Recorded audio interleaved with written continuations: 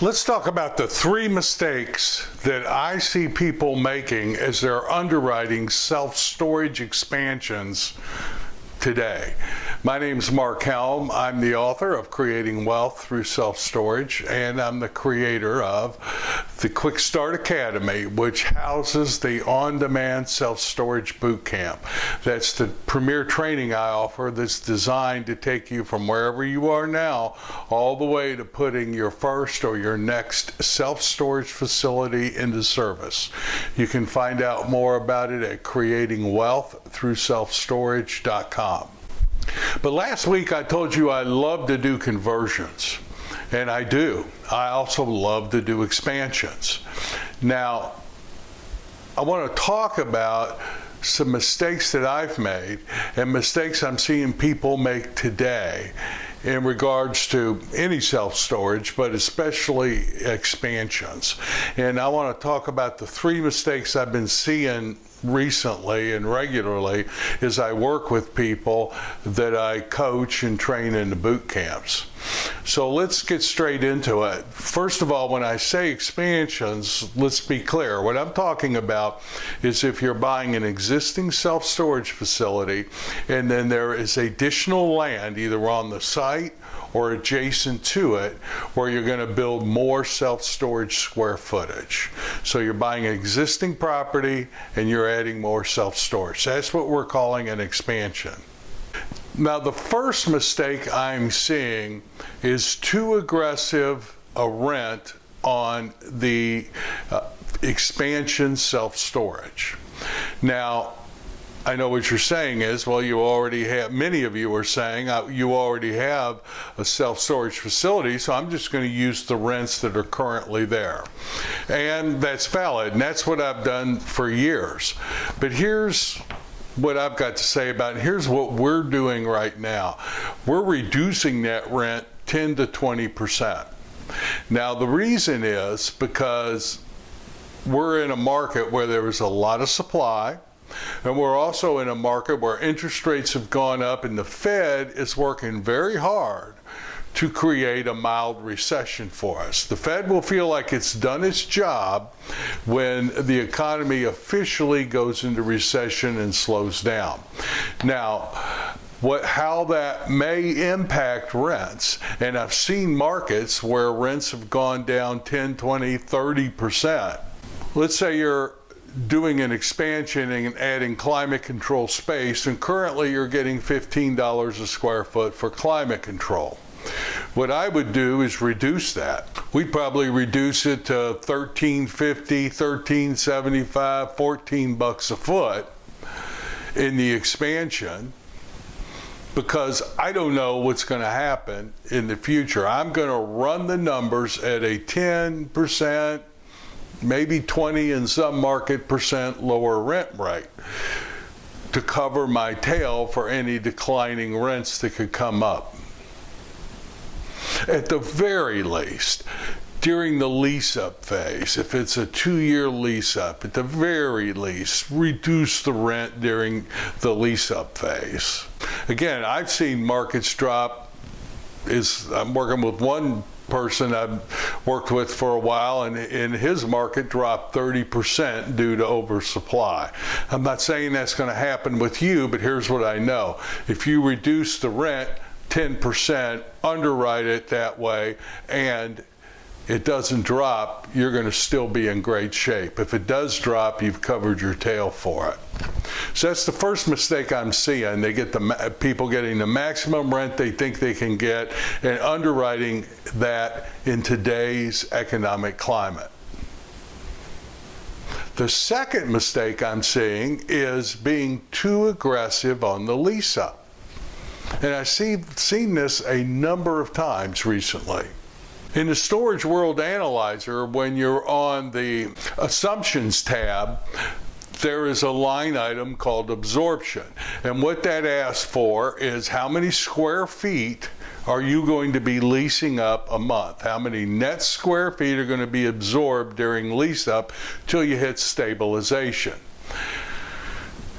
Now, what it asks for, and what we always talk about, is a per square foot number. But how do you come up with that per square foot number? Well, what I've been seeing since 2022 is that absorption, at least in the projects we've been involved with, we're running 3% of your net new square footage a month up to 5, maybe 6 in a very healthy, strong market with a lot of demand.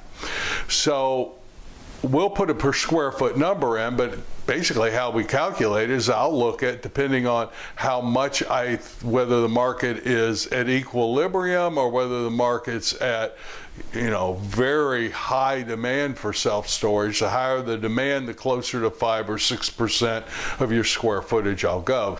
Let's just say you're buying a facility and you're adding 30,000 square feet of new self-storage space, and it's the market shows that there is some demand for it. It's not like at 2 square feet per capita, but it's at 6 or 7.5 square feet per capita. I may use like a 4% number, which equates to 1,200 square feet per month. Ultimately, your feasibility report is going to give you the range that you should use. But in my preliminary performance, that's how I get that per square foot number. Now, I've worked with some people who have had success in other segments of the market, where they feel they've done apartments and rented those up in 18 months and feel they have the secret formula and can transfer it over to self-storage. Okay, that's great, but underwrite it at 1,200 square feet a month if you're doing 30,000 square feet till you get your feasibility report. I've heard people say, well, I've got call centers and we'll call customers. Great, hope that works. Don't underwrite it that way. Underwrite it at industry standards today. Customers tell me their management companies say they can they can lease it up in 6 months. Great, don't underwrite it that way. Look, I've been in projects where I underwrote absorption at 1,500, 2,000 square feet, and we ended up at 830 square feet for 2 years. It's not fun. Underwrite it safely today. We don't know what's coming down the pike, and we're not clear how a recession is going to impact a storage industry that has this much supply. We know what's happened in the past during recessions. That's a great predictor of the future, but it guarantees nothing.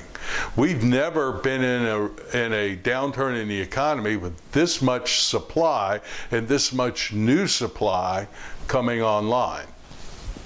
Just be careful and don't be too aggressive on your lease-up absorption rates. And mistake number 3 is construction time.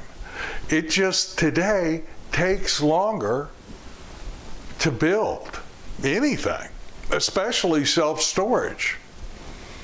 I've seen recently 5-month delays or a 5-month time period for fabrication and delivery with some manufacturers. When we're underwriting an expansion today, it's 12 months. I don't care whether it's 10,000, 15,000 square feet, we're putting in 12 months. I've seen 6 months, 7 months in recent performance. Maybe you'll get it in 6 or 7 months, but don't underwrite it that way. It just takes longer to get contractors deployed, get systems fabricated and delivered. If you're doing parking, maybe you can start generating income in 8, 9 months. But if you're doing self-storage, don't shorten your construction time. If you're in a heavily regulated area of the country, it could be even longer than 12 months.